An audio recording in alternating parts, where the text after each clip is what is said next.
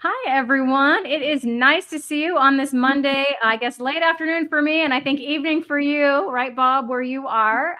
But this is Bob, everyone, from the Carnivore Talk channel. He also has a website, carnivoretalk.com.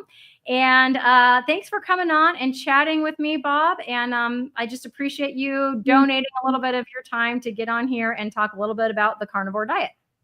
Well, thank you, Cristie, for inviting me. I really appreciate it, and I look forward to this conversation. Awesome. Why don't we start by you just telling everyone a little bit about your health journey? Usually, when I talk to people, they had some kind of health thing that happened to them, and that's what kind of motivated them to start carnivore. Or maybe you're like me and started the carnivore diet accidentally. But I don't know. How and why did you start the carnivore diet? Well, I've been a carnivore since May of 2023. But the reason I got into carnivore is because I've had weight issues all my life. I've yo-yo dieted ever since I was a child, and through middle school and through high school, and my weight would sway something terrible. I could go from 220 down to 160, and then back to 220, and then down to 160. And I was pretty much in that yo-yo pattern all my life. And I would try different approaches at dieting. In the 80s, it was try and go fat-free, try and run it off, and all kinds of things that didn't work. But when I got out on my own in my early 20s, I had my own place. And I had these students that lived next door to me. And I would talk about the weight problems with them. And one of them handed me a book called Dr. Atkins' New Diet Revolution. And I read that book from cover to cover, and it actually made a lot of sense. And I applied the principles found in his book, and I actually took a lot of weight off. And so I've been sold on low carb living ever since the 90s. But probably my problem is sticking to it, and I mean, I'm only human, and that's where we all fall short usually, is sticking to the lifestyle. And so once I would reach my goal weight, then I would slowly let bad habits start creeping back in. And the next thing I know, I'm back at my peak weight, and I'd go back on the diet and so I'd still yo-yo, and that really didn't change anything there. So when I got into the 2000s, I found it more difficult to lose weight. And in hindsight, I figured out what that was. And that was that what made Atkins work was you ate everything all natural, at least in the 90s. And if you wanted to make so-called like keto bread or anything else, you had to make it from scratch. There was a lot of work involved. But in the 2000s, big food manufacturers started making this stuff for you, at least so they thought. So you thought. So they wanted you to believe, I should say. And so then you had the protein bars and the quote unquote keto tortillas and the keto bread, and you'd go back on keto, and then you're like, well, keto doesn't work like it used to. Maybe I'm getting old, because that's usually what people tell you. Well, you're not getting any younger, Bob, and that's why it's not working for you anymore. And I kind of believed that until in my early 40s, I started to develop some chronic health conditions. And so we'll go back to my 30s. The first one that really affected my life was ulcerative colitis. And I started having major stomach problems with ulcerative colitis. And I eventually went to a doctor about it, and he sent me to a gastroenterologist to get it checked out, and he put me on a medication for it. We had done the colonoscopy. It looked terrible in there. And the medication was going to supposedly calm my gut down. And I asked him then, I said, is there anything I should change about my diet and that would alleviate these symptoms at all? And he said, no. He said, absolutely not. He goes, ulcerative colitis has nothing to do with what you eat. It's just a chronic, incurable autoimmune disease. And as long as you just take this medication, you can eat whatever you want. And so I believed that for about 10 years also. But then as time went on, I developed brain fog. I got gained weight again. And then I ended up coming down with stage 4 chronic kidney disease. And I found out I had that in 2019. I had stage 4 chronic kidney disease and high triglycerides. They're related, but I didn't know it at the time. And I went to a nephrologist about that. And he said that if I took the weight off, it would help take some of the pressure off the kidneys and I would benefit from that. So I decided I wanted to try and lose weight again and improve my health. And he said that because I was spilling so much protein in my urine, he wanted me to eat more protein than what I was. He didn't specify animal or plant protein. He just said that I needed to eat more protein, which was interesting because that's kind of counterintuitive to what modern medicine does say about kidneys and protein intake. Especially if you have chronic kidney disease, if you look it up on the internet, most information will say that you want to be back off the protein. My nephrologist said that wasn't true.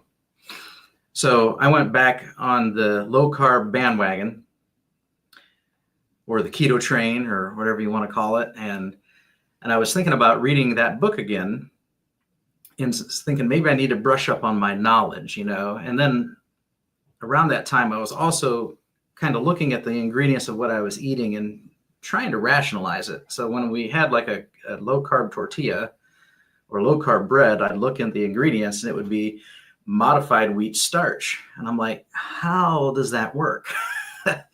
How does that work? Because Atkins said to avoid the starch. And you look it up and, something like resistant modified wheat starch, supposedly the body treats it like a fiber. And I'm like, I don't know. I'm not sure if I'm buying this.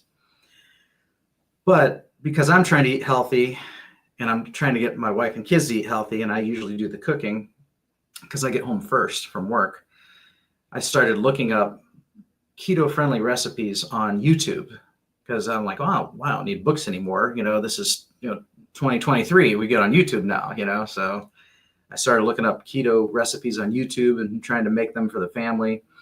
And that's when I came across Dr. Ken Berry.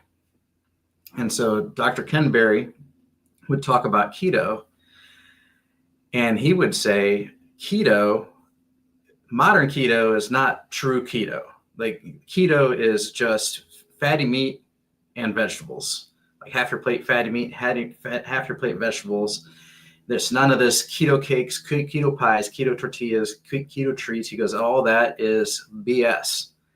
And he said that, the keto has been bastardized by the big food industry. And I'm just like, you know what? That actually makes perfect sense. And so I started eating clean keto, and I made a vow then.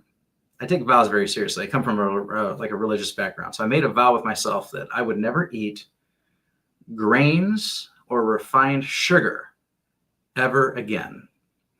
And so I just started having meat and veg, and it started working like a charm. The weight was coming off. It was great. But now that he showed up, I've watched a bunch of Dr. Berry videos. His other videos started showing up in my recommendations. And he'd talk about this carnivore diet where you don't eat plants at all. You just eat meat. And I'm like, what? No, come on. That's ridiculous. It just, with my mindset back then, it just didn't resonate very well. I'm like, that can't be right. I'm like, he sounded so reasonable. He sounded like he had a big head on his shoulders. But now he's sounding kind of nuts. And, but I'd watch the videos and I'd listen, and I'd start digging a little deeper into the research and reading about it. And I'm like, this is actually making sense. This isn't just some,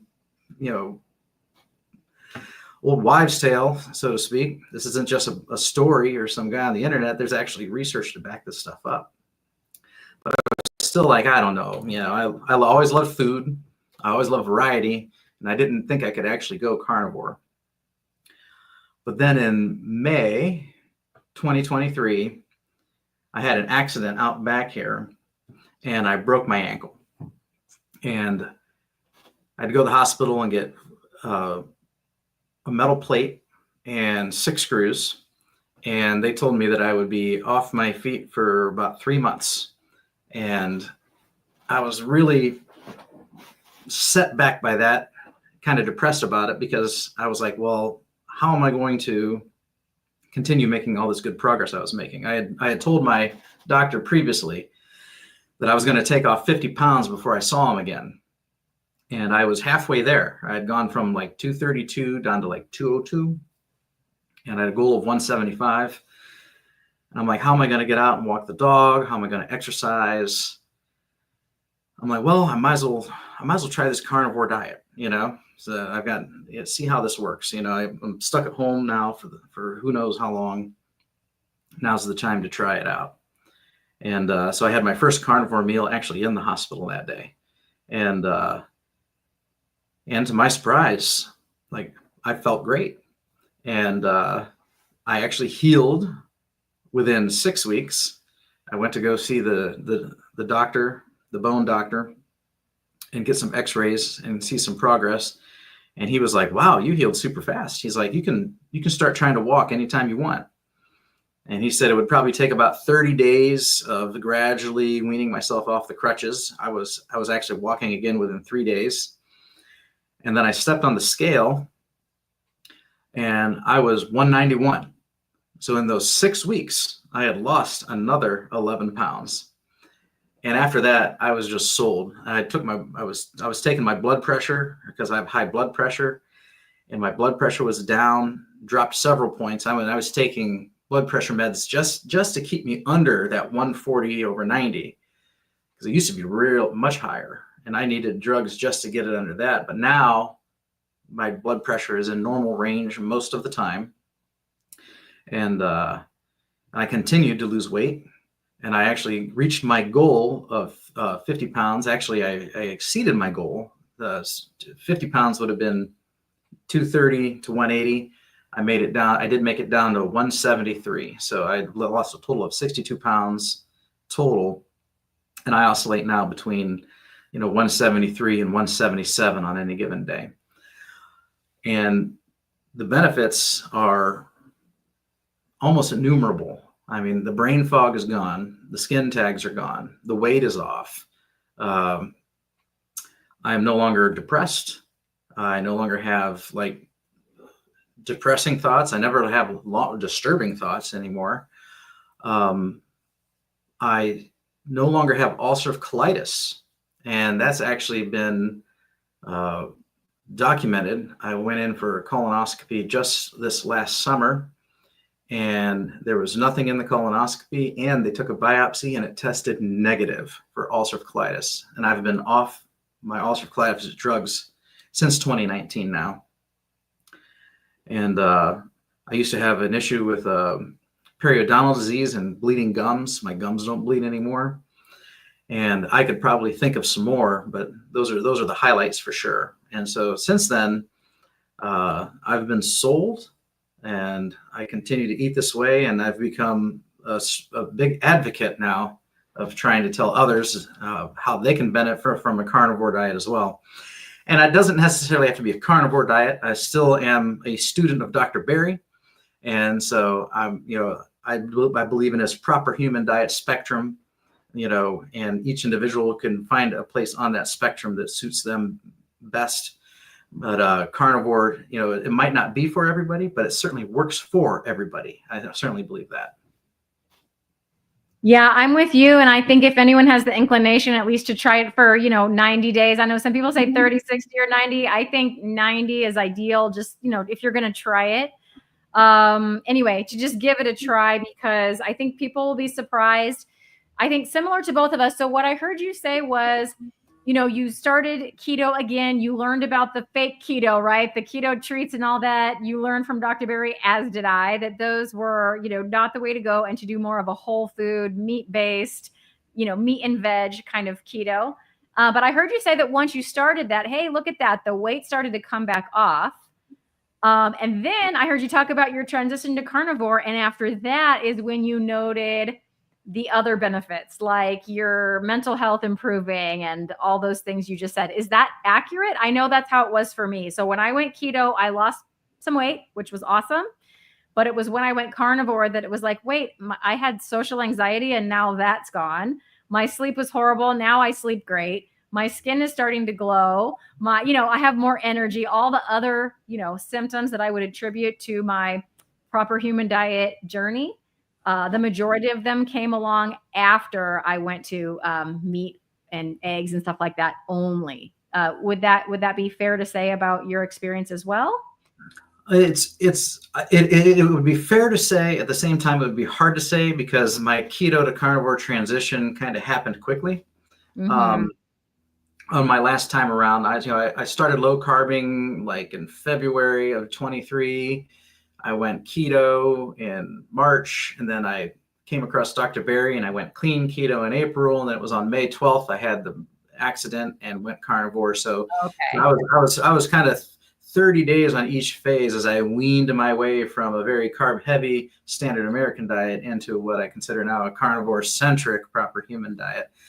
And but some things I did measure. So like, my blood pressure, that didn't come down until after several weeks on carnivore, because I would measure my blood pressure at home sitting in my recliner, because all I could do for 6 weeks was sit in my recliner, watch YouTube videos on carnivore or play PlayStation. And I would take my blood pressure every morning, and because I had the blood pressure cuff right next to me there at the recliner. And you could actually look at the graph that like over the course of the next two to 3 weeks, that trend went lower and lower and lower and lower.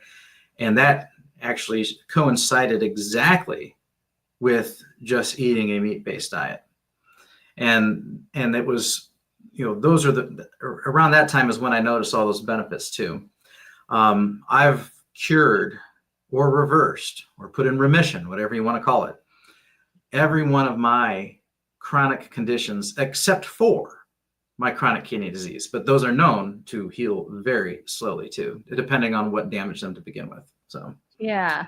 Well, I want to get into some other stuff too, but you just said kidneys. So let's talk about your kidneys a little bit. What is that chronic kidney disease attributed to? And then have you noticed any change at all, or is everything kind of staying stable?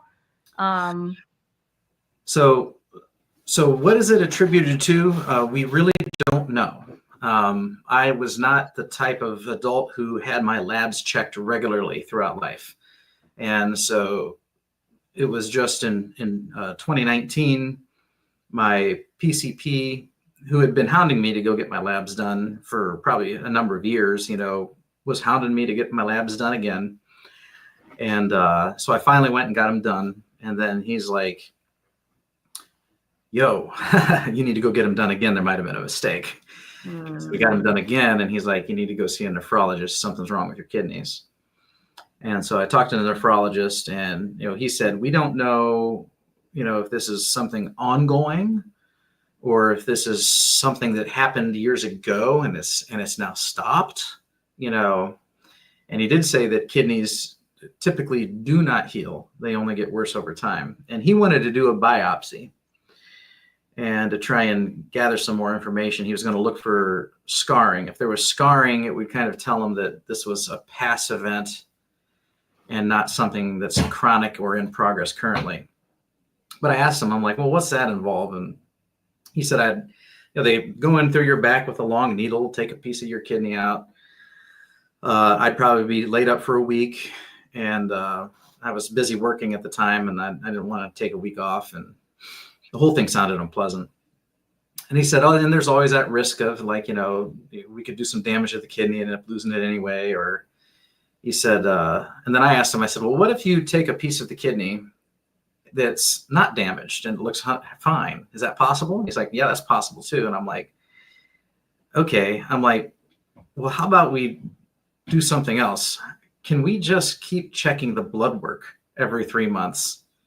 And if the blood work doesn't get any worse, then we can assume that the kidney issue is dormant or in the past. And if it continues to get worse, then we can go ahead and do things your way. And he said that sounded very reasonable, and he agreed. So we did blood work every 3 months, and my kidneys were just fine. And I also told him I was going to lose the 50 pounds. And then he was surprised that I actually did it. Yeah. But during that time, he actually saw certain markers of mine did improve. Nothing miraculous, but we saw an improvement in like my parathyroid markers, which indicates my body was making better use of vitamin D than it had been, or my kidneys, that is. We saw some improvements in the amount of protein or creatinine that I was spilling, and just little tiny improvements. Nothing that was, made him upset. But he said that as far as he was concerned, keep doing what I'm doing. He goes, I know it flies in the face of recommended advice, but he goes, it's working for you, so I want you to keep doing what you're doing. So he approves of my carnivore diet. I have one kidney marker, though, called creatinine, and it was slowly rising. And that's the marker that usually doctors will use to gauge your kidney health. As your creatinine gets higher, your calculated eGFR gets lower and lower. And so a lot of people who eat a protein-heavy diet, like carnivores do, or people who lift a lot of weights and produce a lot of muscle protein waste, their creatinine levels are artificially high, and it'll make doctors think that they've got chronic kidney disease when they actually don't. So because my kidneys don't filter as well as they should, the creatinine does build up in my blood from all the meat that I eat. It gives the illusion that my kidney disease is getting worse when it actually isn't. And there's other markers we can test too, like a cystatin C that shows that there's no damage being done. So I'm seeing little minor improvements that the nephrologist remarks on, that he likes. He remarks on them and says that he likes this, so keep doing what I'm doing. But no miracles. I haven't been able to reverse from stage 4 to stage 3. I'm not even close to, I'm still on the border of stage 4, stage 5. And in fact, I had another doctor that gave me a prescription for something else for my high triglycerides that actually caused more kidney damage that I've since got off of, and I'm working on reversing that now. So that's the state of my kidney health. So it's still been walking a fine line, but yeah. I'm not afraid of the carnivore diet in relation to my kidney health. It is benefiting, even if it's ever so slightly. That is so interesting. Do you think if most doctors, like a primary care type of doctor, would creatinine be kind of the one thing they look at? And if that went up, they're like, you're doing harm to your kidneys. The reason I'm asking is my mother-in-law went super meat heavy, and she's like, my kidneys are getting worse. I don't know what she meant by that. You just told me a lot of different markers that I'd heard of creatinine before, but I hadn't heard of those others. Do you think that perhaps like most primary care doctors would be just looking at that creatinine, and maybe it was kind of what you said, where her creatinine just went up because of the protein she had started consuming? Yes. So most primary care physicians, that's all they look at is the creatinine and the eGFR that comes along with that with that blood marker. They call it a creatinine with eGFR test, and the lab will give you the value, and they'll calculate the eGFR for you, and that'll determine what stage of kidney disease you are in. So that is like the standard, and it can be okay, but it's in unique situations, like someone on a carnivore diet or someone who's really into bodybuilding, takes a lot of creatine supplements, they're going to produce more creatinine as a result, and so their numbers are going to look higher, especially if they're not filtering it out as fast. So I know carnivores with perfectly healthy kidneys and their kidney markers are fine, but if you were maybe bordering on stage 2 and then you go on a carnivore diet, you might look well into stage 2, or maybe even beginning in stage 3 as it slowly backs up in your blood. So you want to go check other markers as well. So you want to check your parathyroid, you want to check your electrolytes. Cystatin C is what I think should be the gold standard, because that's another protein that they can test for that is not adversely affected by the protein you consume or by working out, but it can be affected by medications and some other stuff. So you want to kind of get all these tests too and get an idea, if you're getting in the late stage kidney disease and you see like your hematocrit and hemoglobin going down. That's very, very bad. But yeah, there could be, it could be very true that her kidneys are just fine. She's just seeing an increase in creatinine because has an increase of protein, and she's breaking down more protein. So because creatinine is a waste product when protein breaks down. So that's the ins and out of it. So interesting. I'm going to have to dig into that a little more. I'm going to have to ask her, hey, when you said your kidneys were getting worse, what did you mean by that? And see if she knows. Yeah. Did she link it to the change in diet? Oh yeah, because I think she went into it hoping that it would help with a lot of different issues, but it was almost like begrudgingly. She's seen me do it. She watches my channel sometimes, and it was like she really wasn't like, I want to talk with you about variety in a minute, but she was really disappointed at not having variety. And I would say that she probably didn't go all the way carnivore. Like she wasn't willing to give up her little square of dark chocolate at night or things like that. But she went from eating, I don't know, pretty standard American to just mainly eating, bacon, eggs, beef, and her little square of dark chocolate that she didn't want to give up. So it was quite a lot more meat, and especially red meat, than she had been eating previously. But I think she was very skeptical, both that generation and my generation. I'm Gen X. So I guess that makes her a boomer, right? Anyway, very well versed in the, food pyramid, got to have your grains, got to have your veggies kind of thing. And I think she can't really, that mindset is really hard to change. I think it's very hard to change for those of us that lived with that. You got to have your vegetables though, right? Like vegetables are healthy, right? I think you had that moment too when you first heard Dr. Berry talking about, and there's this thing called carnivore where you just eat meat. It does seem very strange to those of us that grew up with, my mom would put rice or potato, vegetables, and then usually lean fish or lean chicken every day. Like that was our meal, right? So that was the plate that I grew up eating with my non-fat milk, not my full fat anything, and margarine for sure, not butter.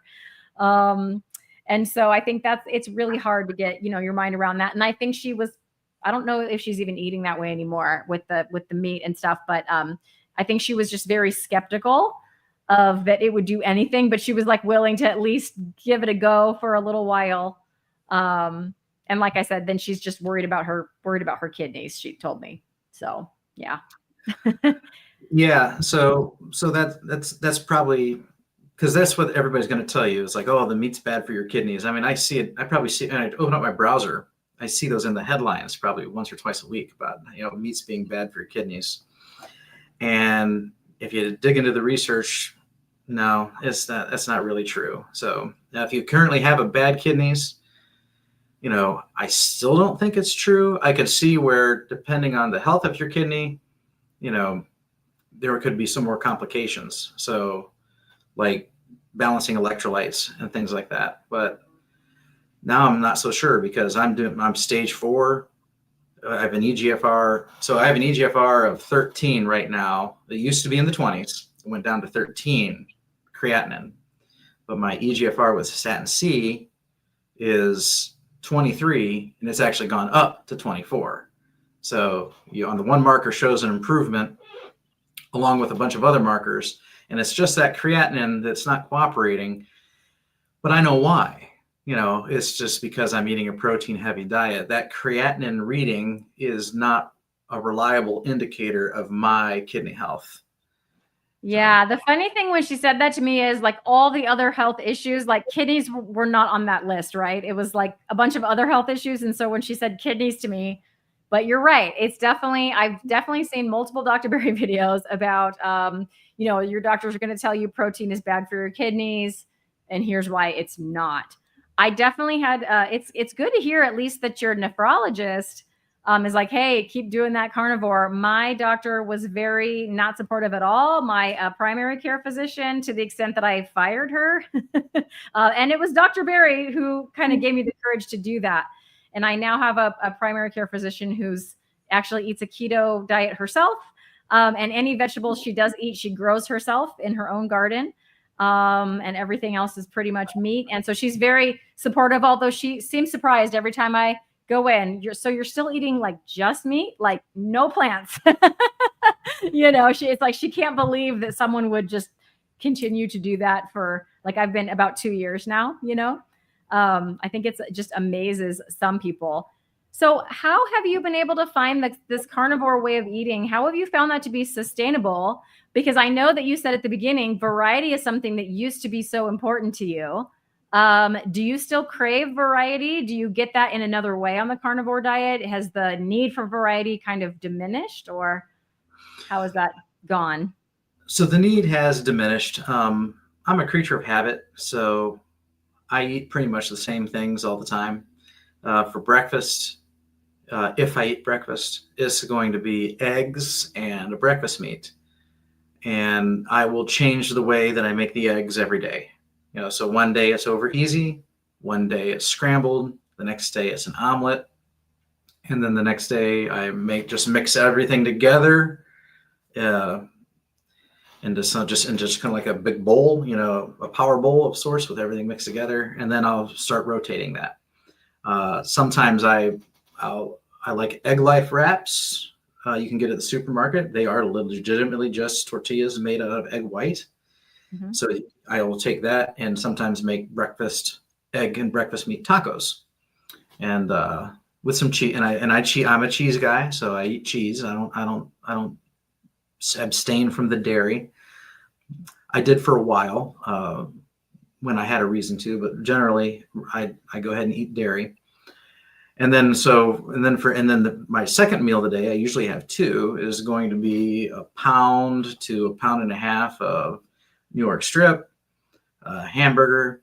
There could be seafood like shrimp, scallops, fish.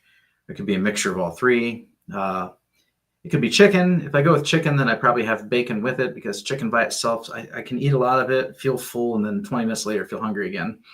And because it's just not fatty enough, Mm-hmm. So, but usually it's eggs for breakfast, steak for dinner, eggs for breakfast, steak for dinner, eggs for breakfast, meat for dinner, and it's pretty much like clockwork. Sometime lately I've been trying to be a little more creative, because my wife has been burned out on steak. So I'm cooking things, and I might introduce a little sauce or a vegetable for her, at least, to try and keep her pacified, because she was on a steak boycott for a while. So that kind of made it difficult. So, because I wasn't eating all my steaks in time. I was having to freeze them. So I got a freezer full of steaks. That's funny. Yeah. I never have had a steak boycott. That is not a problem I have. I did at the beginning, after the first, I don't know, maybe 3 or 4 months. I got this ground beef aversion, because I was eating a lot of power bowls, but not breakfast ones, like with ground beef, mm-hmm. And like, some cheese and sour cream, or that kind of a thing. And then it was like, if I have to even look at one more bowl of ground beef, like, I couldn't do it. I'm back to where I can eat it now, but I understand that aversion, because I definitely had it for ground beef. So everyone that knows me knows that I love picanha. So I've got my little picanha banner up. I put this up when I'm going to talk about that. Have you tried picanha? Because that is the thing that I can eat on repeat, and I never get sick of picanha. Or is that something you can find where you are?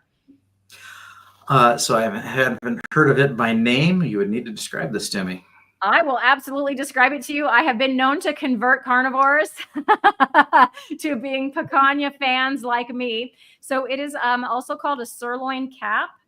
And it is the end of the sirloin. So it sounds like it's going to be lean because it's sirloin, but it's the end of it. So it has this big, thick, about 1/2 inch thick fat cap on that meat. And it comes as a small roast, almost a triangular shape roast. But it's not tri-tip. Don't be fooled. It's kind of similar, but not as long as a tri-tip. And they're usually between 2 and 4 pounds a piece. So look for picanha or sirloin cap. I know at my grocery store, you have to ask for it at the butcher counter. And then they'll cut it for you. And the good thing about doing that is you can ask them to not trim the fat cap at all. So like their policy is to trim it to 1/4 of an inch, but you could say, just leave it on there. And they'll just give it all to you. Or actually my Walmart carries it, although not every Walmart has it. But my Walmart carries it, so that's easy, and I can just go and grab it. But usually I'll eat myself about 2 of those a week, because it's about, like I said, between 2 and 4 pounds per roast. And I'll cook one up, and then I'll just like kind of, if I have leftovers, I will have leftovers unless someone's sharing with me, but I'll like rewarm them up in the air fryer just a little bit, just to warm them through for the leftovers. Or I'll even, like today, I took some cold, like cut up in my lunch. I had a couple hard boiled eggs and a slice of picanha that I just cut up into like picanha bites and just ate them cold with my hard boiled eggs. Cause I'm a teacher, lunch is quick, just got to eat what I can quickly do. And if I don't have to heat it up, that's even better. But yes, if you haven't tried picanha, go try some. I promise you won't be disappointed. And if your wife ever gets like sick of something or bored, picanha is, it's a nice change of pace. They also serve it at the Brazilian steakhouse. So if you go to a Brazilian steakhouse, that's like their signature thing that they do there, because it's like a Brazilian cut. Mm-hmm. Yeah. So really, really good. All right. Yeah, we went to Texas de Brazil. Yeah, they have it there. Here. It's it's one of those where they keep bringing the meat as long as you have the green card facing up. Yeah. And so I was there to try to get my money's worth. I enjoyed it. It was a very good experience. We have a local butcher around here too, a local farm that you can go down, and it's called Duma's Meats. And I'm sure I can get picanha down there because they will give you just about anything. You can even order a whole cow. You can go outside and point at the cow and say, that's the cow I want. The background. My bad. We're not on Lioness Lifestyle. That's my other show. I clicked a button that I didn't mean to click. So let me change that back. There we go. Okay. Have you ever bought a whole cow before? No, I bought a half cow with somebody else years ago. Okay. So he got a quarter of it and I got a quarter of it. And that's not when I was a carnivore. So that a lot of that sat in the freezer for a long time until the freezer died. But now, now that I'm a carnivore, and now that beef is pretty much the bulk of my diet, that's my staple. Right. I've given it a lot of thought about getting another freezer, and because when you buy it by the cow, or they call them half cows. Yeah. This is low as like $3.69 a pound, and you're getting, all the steak cuts, all the ribs, all the burger, all the organs, everything too. So that's some pretty big savings. Yes. And then what, 700 to 800 pounds, man, that would sound to me, by myself, that would be a couple years worth of food. So I actually split a half cow with my mom and my brother, and that was just because of freezer space, right? Like all of us with our freezer space. But yeah, it was a great price savings. I think it was like the hanging weight, it was $2 and like almost $3 a pound. But then, you got to pay, there's a kill fee, and then there's a butcher. You pay the butcher separately on top of that. But it was still less than $6 a pound. Mm-hmm. And it was great because it was like, oh my gosh, I don't have to grocery shop for months. It lasted me months. It's just about gone now. Shockingly, the ground beef from that was so good that because you get a lot of ground beef when you do that, but it was really good. And I have a few other things left that I ate all the ground beef before I finished off, some of the rest of it. But I would do it again because it's like you would just, once you have it all, it's there. But I was really worried about power outages. I feel like I need to get something because our power went out for like, I don't know, like 12, 16 hours. And it was fine, but much longer than that. And I would start to get worried about it. So I feel like I need some kind of backup generator to keep my freezer going when I put that much money into it, Yeah, we had a 4-day power outage last year or the year before. And wow. We had a friend bring over a generator and hook it up to the house. It was able to power like half the house. It was interesting because we were like probably the only house in the city here that had power. And it was weird. We're driving around. It was all dark. And I didn't lose anything then. But my freezer died. It didn't die from a power outage, but the freezer itself died of old freezer age. Yeah. And I didn't even know it until like I went to go get something out of it, and I opened up the lid and the stench hit me. And I'm like, oh no. It was terrible. So I had to like buy a mask and gloves and stuff and clean that thing out and put that out on the curb. It was a dirty job, but I would hate to buy a cow and then lose it all like that. Right. Because it is definitely much cheaper by the pound, but it is a big investment up front.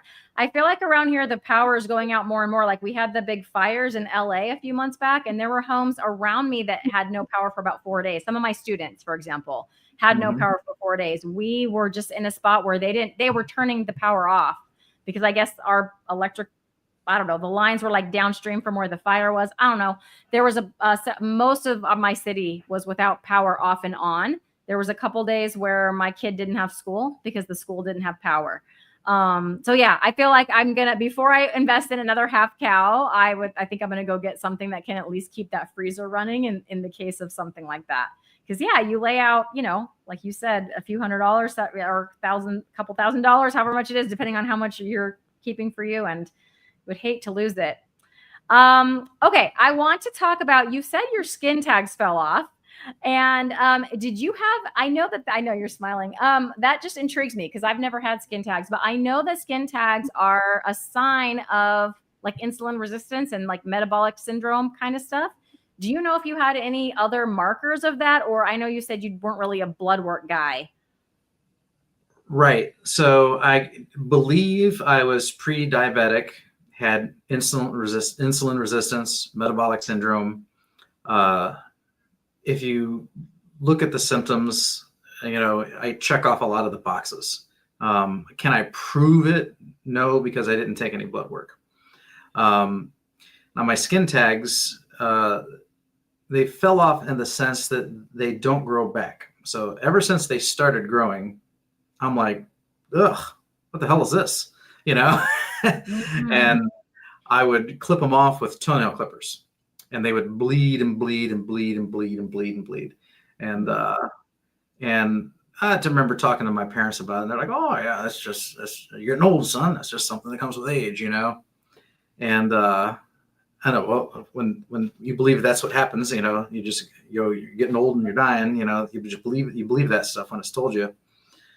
But ever since I've switched to a carnivore diet, they have not even attempted to grow back. I've had no bumps show up on my neck, no skin tags show up, and they used to try and recur and recur and recur. And now that I don't have that problem anymore, so I haven't had to cut off a skin tag in 2 years.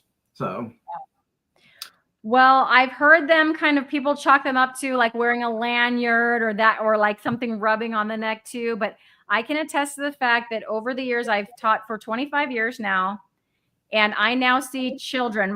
The kids in my class are 10 and 11, and I see children with skin tags on their necks. Mm-hmm. So I do believe that it is something with either prediabetes or metabolic syndrome or insulin resistance, because we are seeing that in our children, younger and younger. And it's almost like once you see it, you can't unsee it. And now I look at them and I wish I could be like, eat this keto diet. You will be so much better off. They are, it's like the majority of the foods are now ultra processed foods.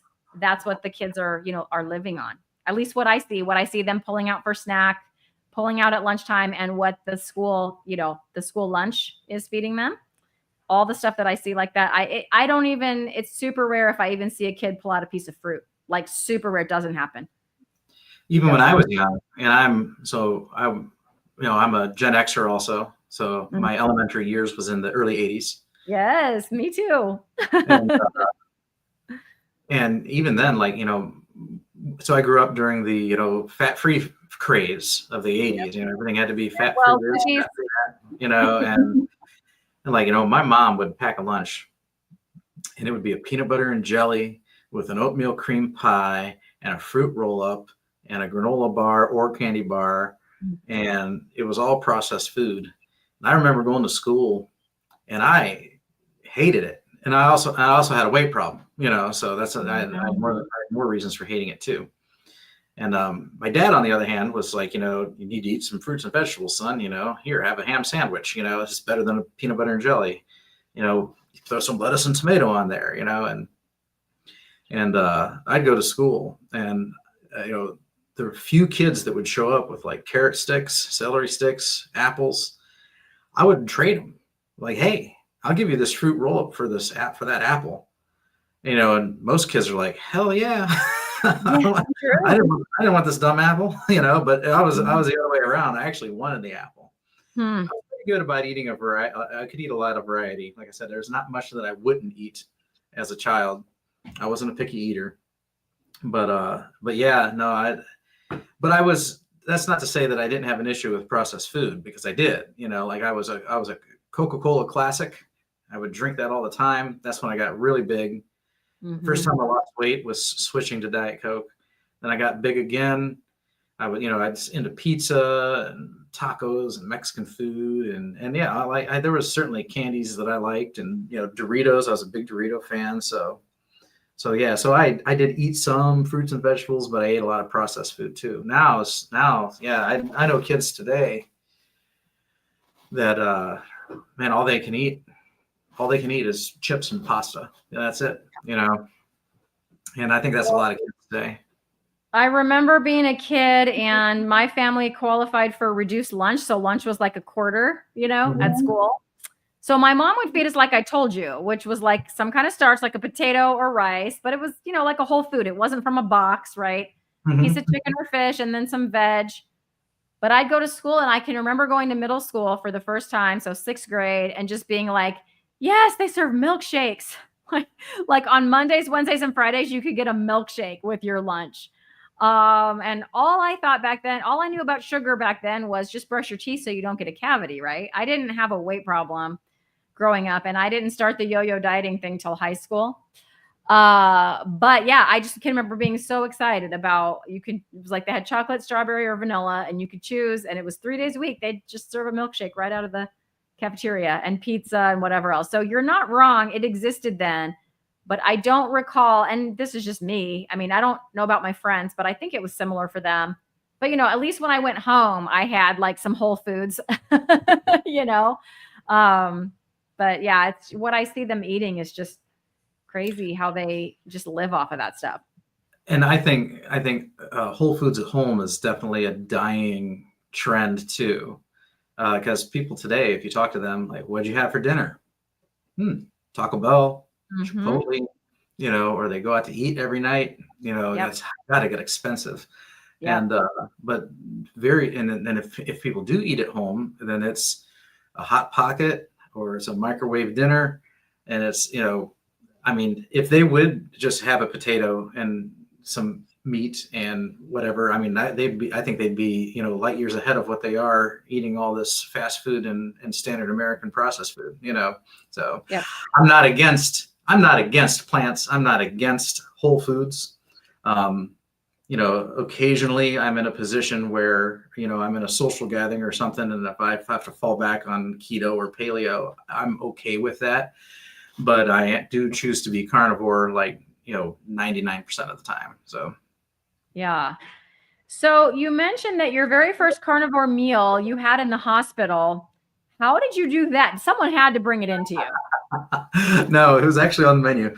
No way. Okay, talk. Because every time I've been in the hospital, so I've had 2 kids and I've had a couple of hernia surgeries, and they fed me like oatmeal and orange juice. And I don't think I could have got carnivore food if I wanted it. I wasn't carnivore at the time. This was years and years ago. Yeah. So no, they kept me overnight. I went in for this broken ankle. They kept me overnight to do the surgery the next morning, and they did the surgery. And then I was going to have to recover for a couple hours. They want to watch you for a bit before they send you home. And so they brought me a menu, and the menu, I had all kinds of stuff, but on the breakfast menu, you could get eggs and your choice of breakfast meat, and you didn't have to get the hash browns. And so I was like, yeah, I want 3 eggs. I want, 3 pieces of sausage. I want 3 slices of bacon, with some cheese on the eggs, and they were like, okay, that's what they just order whatever you want. So that's what I ordered, and they brought it to me. So yeah, I was able to just pick and choose what would be, diet friendly, proper human diet friendly, carnivore friendly. Yeah. I'm trying to think if I've been in more than one hospital for those different things. I don't think so. But that hospital it's not a choice. They just go, here's your breakfast. There's not a menu. You're not ordering anything. Yeah, they brought me a menu, and I don't know if that's the same menu they had down in the cafeteria or if that was just a certain menu they had, for patients or what. But yeah, no, they literally brought me a menu. Yeah. And you could have got burger and fries, you could have got a salad, but I saw the breakfast items, and I was like, well, I'm going to do this carnivore thing. So, and And yeah, so that was literally my first carnivore meal was a hospital meal, and it was delicious. So That's the first time I've heard that. That's cool. So, did you have any transition symptoms? I know even though I was keto first, I still had about 3 weeks of transition symptoms where I was running to the bathroom. I've said in many interviews, it was very fortunate for me that I was on my summer break because I could run to the bathroom as needed. And that lasted for about 3 weeks before that subsided. Did you have anything like that, or was it just very easy for you to transition? yes, no, I did, and that doesn't have to be a thing. I could have transitioned slower, or maybe it does because I still was pretty clean keto before then. Mm-hmm. But yeah, no, when I went strict carnivore, that's again the first thing was like for the first week it was like, oh my gosh, am I ever going to go to the bathroom again? like like you feel constipated, and but it's really you're not. It's just you're used to, like, especially I had ulcerative colitis. There's times where I'd go 24 times a day, but now I'm going like once a week, in those first few weeks. And then I never knew either if it was going to be like rock solid or if it was going to just be coming out like a faucet. So that was the unpredictableness. It was either one or the other, but there was no like happy medium. And that went on for about 6 to 8 weeks before things normalized and became what I consider my new normal. My old normal was going multiple times a day to sit down. And then my new normal now is, maybe twice a week, and or maybe 3 times a week even. So, but during the beginning, it was, I think I went 13 days one time. I was like, wow, I haven't been to the bathroom in 13 days. And I start to get a little worried, but then everything came out fine. Yeah. It usually works out in the end. I know it did for me. I'm going to put up Nicole's comment here. She says, I have complex health issues, a more rare form of EDS, food sensitivities like eggs and dairy. My carnivore diet is beef, chicken, and turkey, no pork. I'm very fatigued and stools like tar advice. And so, and then she says she's adding on to say, the more fat in the beef, for example, the more black tar like stools. Please let me know what I can do. I'm extremely exhausted. Okay. So I don't know how the EDS is going to come into play here, but I do know that they say that if you are more liquid or more tarry, then maybe you're a little heavy on the fat and you could back off the fat a little bit. And then if you're constipated, then you may want to add more fat. And the principle behind that is that your gallbladder and your liver, produce bile to help digest fat. And so if in any given sitting, if you consume more fat than you have bile on hand for, then the fat's going to go right through your digestive system and out the other end. And the excess fat that can't be digested. And so that's where you'll experience more loose stools.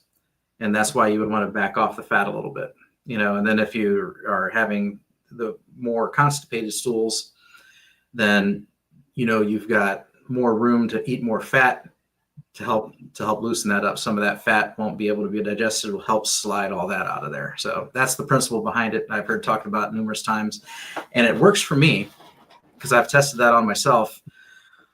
Probably the only exception, and I don't know why, is cheese. So cheese is a fatty food. Yeah, it's probably half fat, half protein. But cheese for me is a natural constipator. So if I'm having an issue with loose stools, cheese can oftentimes help firm that up.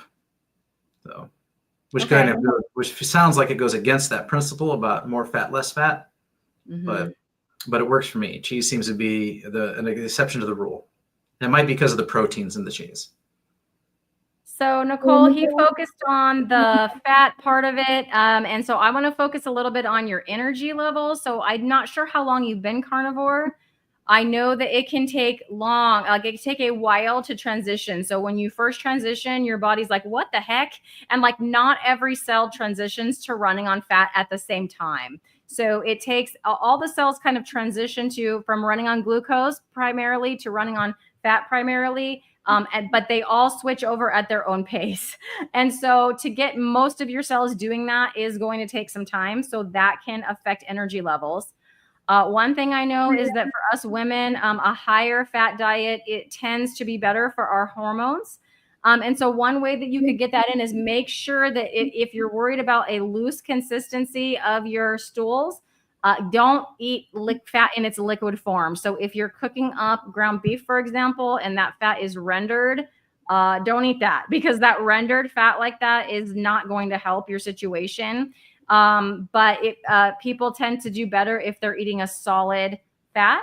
And so that would be some advice for that. And the last thing is electrolytes. If your electrolytes are low, that can tend to affect energy levels. And so I drink electrolytes every day, mostly because at the beginning I started getting calf cramps, like bad ones at night. When I was sleeping, I would wake up and like my calf would cramp up and it really hurt. Now, who's to say if I went off of them now after 2 years that maybe those calf cramps wouldn't come back? Because I know some carnivores do that electrolytes for a while and then stop. But I just enjoy them, and I know that it also helps keep the body hydrated as well. And then the other thing is, I'm not sure if you drink coffee, but if you're still drinking coffee, like I do still drink coffee, but if you're still having problems with your stools, the coffee can be causing it. And I know that's a hard thing to hear, but the coffee could be causing it if you're still drinking coffee. So yeah, I know you cannot do dairy. I see your comment down there, can't do dairy. So I know when I want my solid fat, I know you can't do dairy. I will just take a chunk of butter with my meat. But I talked about picanha earlier. Picanha has that 1/2 inch thick fat cap on the end of it. It's a great way to get fat. The other thing is when I bought my half cow, I got all the meat trimmings, or the fat trimmings, excuse me, just separate. And so I have those, and you can like air fry them up and just eat them as like pieces of fat. So I would look at the fat you're eating, try to up your percentage, but do it with solid fats to help your stools. Work on getting those electrolytes in check. Make sure if you're drinking coffee, maybe give that up and see if that helps. So hopefully those are maybe some new things that you haven't tried, and I hope that you feel better. But yeah, if you've been carnivore over a year, yeah, it's probably one of those other things. Also, I'm not a doctor, nutritionist, any of those things, but that's just kind of what I've learned over my time by experimenting on myself and, talking to others as well. So there you go. All right. So I wanted to wrap up here by asking about your mental health. So I had social anxiety that I didn't even know that I had until I went carnivore. And then all of a sudden it just kind of lifted. And then it was like, in hindsight, I was like, I think I had social anxiety. And now it's gone. And then the other thing is my son had or has ADHD, and his symptoms have been greatly reduced by eating a carnivore diet. You sort of briefly mentioned, your mental health and your brain fog and things like that improving. Can you just elaborate on that? Because I feel like most of us, people just go, oh yeah, you're getting older. Like you said about the skin tags. Oh, it's just people get brain fog and like have lapses in their memory because they're getting older. All right. So I've struggled with negative thinking and being over emotional. Some of the slightest things can get me really upset. And I've been like this kind of all my life. I had some traumatic things happen in my teenage years and early adulthood. And ever since then, it was really difficult for me to just kind of keep my head on straight and be reasonable. I get emotional, get carried away, get caught up in my own head about my own problems pretty easily. And then since I've been paying attention to my health and doing something about it, that seems to be gone.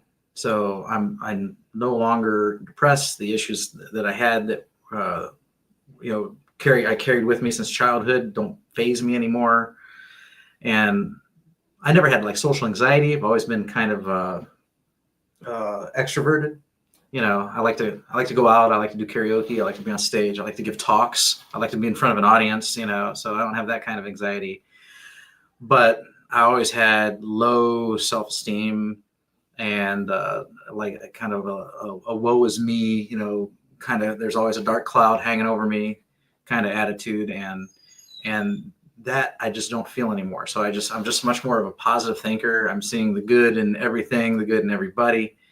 And I'm not looking at, you know, and it used to be where, you know, I was always seeing the faults in people and I was always seeing the negative, or I was always expecting the negative to happen, you know, with my luck, this is what'll happen, you know, and that whole type of thinking has just changed for the positive. And it's happened around the same time that I cleaned up my diet and I cleaned up my health.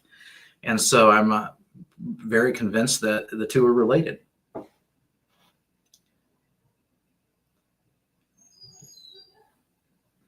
Sorry, I was answering Zana. I'm not sure, Zana. Sorry if I'm saying your name incorrectly. She's saying that she remembers a female physician who specialized in ADHD. She tested kids without sugar for months, and like every child improved by 90% plus. Yeah, there was a recent study. Dr. Georgia Eid referred to it too, citing something similar. And I know she has 2 trials in the work, Dr. Georgia Eid. With ADHD, not in children, but in adults, and the ketogenic diet scheduled for this year. So I'm like actual like clinical trials. So I'm very excited to see how those turn out.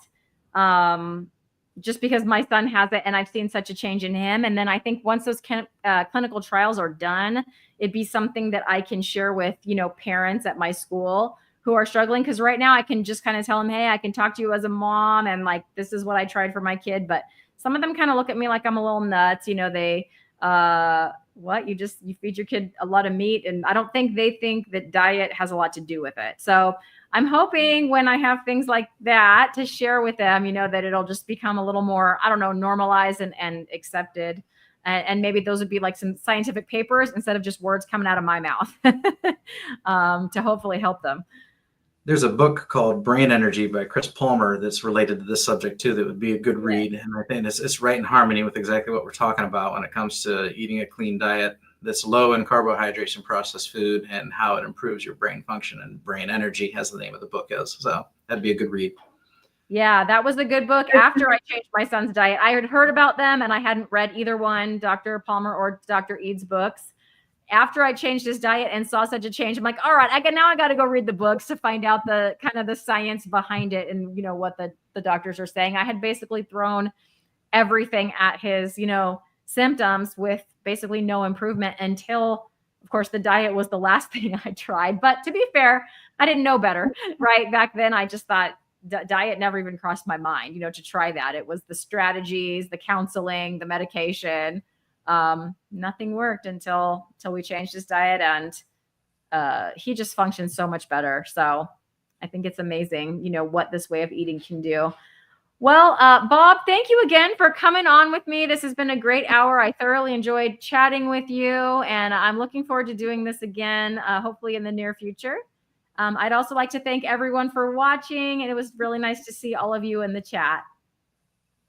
All right. Well, again, thank you very much for having me on. And yes, we'll talk again soon. Awesome. Bye, everybody.